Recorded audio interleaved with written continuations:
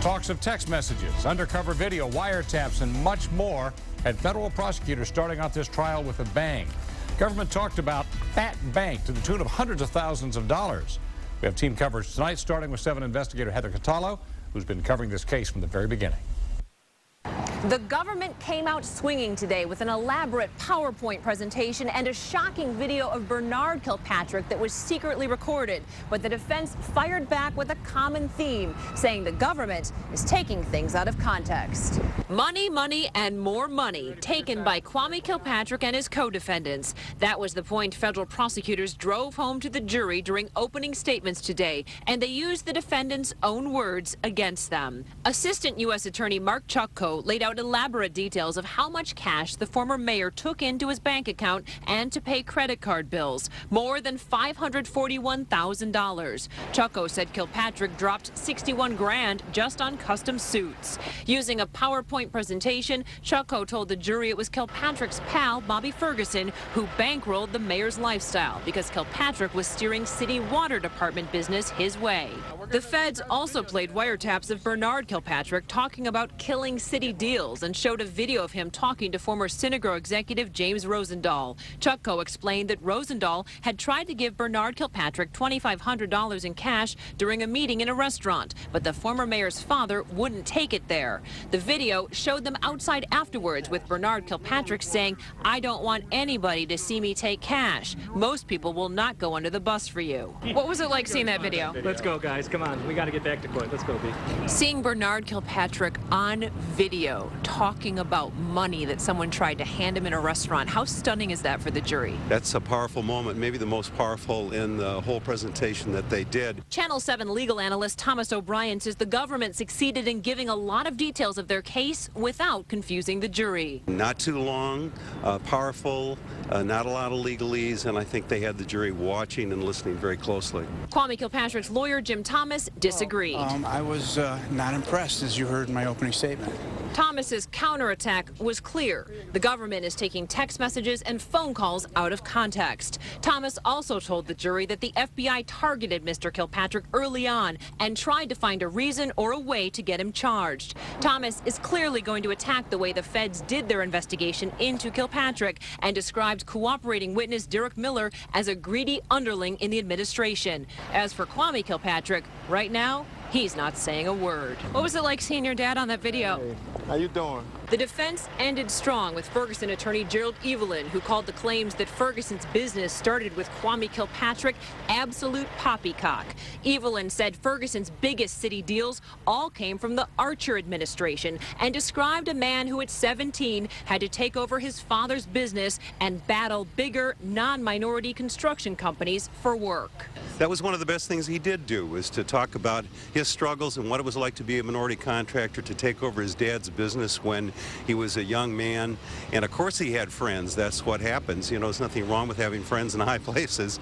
Ferguson attorney Gerald Evelyn told the jury this is going to be one of the hardest things they will ever have to do. He asked them to watch out for quantity versus quality. He told them that the government will inundate them with more than 100 witnesses, but he says some of those witnesses won't be quality witnesses because their stories will change on the stand. Reporting at the federal courthouse in downtown Detroit, I'm Heather Catallo, 7 Action News. 7 investigator Ross Jones also was in court today, blogging on WXYZ.com about the opening statements that really more like fireworks. And Ross joins us right now. The prosecutor certainly not mincing words, huh?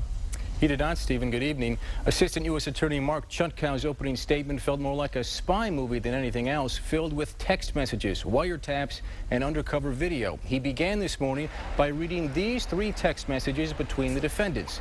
"Let's get us some money. No deal without me. It's my time to get paid."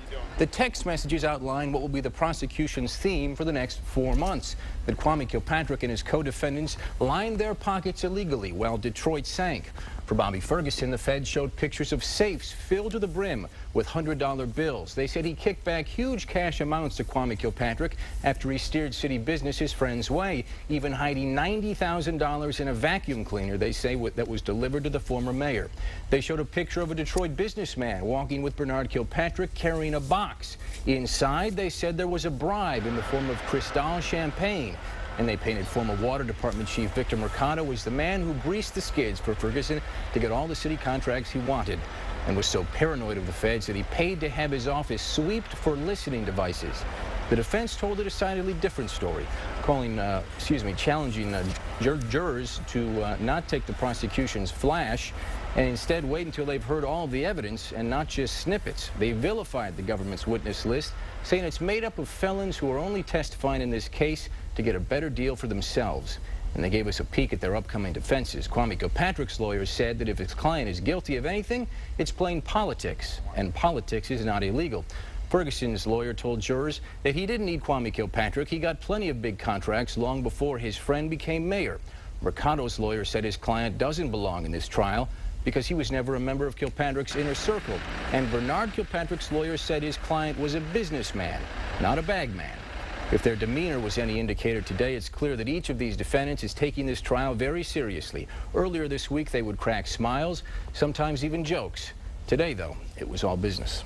Ross, we have our legal analyst Tom Cramner here right now. First of all, I've covered a lot of trials, and I've really never seen a prosecution lay out so much stuff off the top. Usually they just hint at what you're going to see. This time it looks like they're laying it all on the table. Well, they kind of did, and I think what we saw today from the prosecution was exactly what they needed to do. They did it in a way that was very compelling, as Ross just explained. It was concise, and it was also clear. And they did it in a relatively short period of time, previewing what they had to the highlights, if you will, and the best of, and I think they did it in a very effective manner. Tom, I saw in the courtroom a lot of federal agents. I saw the head of the Detroit FBI, Bob Foley, was there. The U.S. Attorney, Barbara McQuaid, was there, almost like a show of force by the government. Why would they do that, do you think? Well, I think to a certain degree it is just that.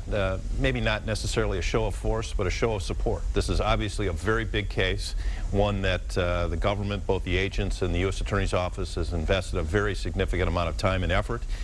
They've had some difficulties in the past with high-profile cases, and this is certainly one that they don't want to lose. Now, as Ross was reporting, the defense pointed out that a lot of the testimony is bought and paid for from felons who are being paid in having shorter sentences. As a prosecutor, how would you deal with that to convince a jury that, well, yeah, sure, we're giving them a lighter sentence, but they're still telling the truth? Well, it's the old notion that you have to kind of take your witnesses as you find them, and you're not generally going to find pillars of the community who come forward and are involved in bribery and extortion schemes. And I think the other thing that they're going to try to do, Stephen, is to try to back that up with other corroborating evidence that they have, most particularly the text messages and also the wiretaps and the videotapes that they have. All right. Well, thank you both for your coverage on this. Seven, of course, has been leading the way on the Kilpatrick corruption case, so we invite you to continue to stay with Action News and WXYZ.com. We will have continuing coverage of the Kwame Kilpatrick case as it winds on, which could, again, happen for months and months.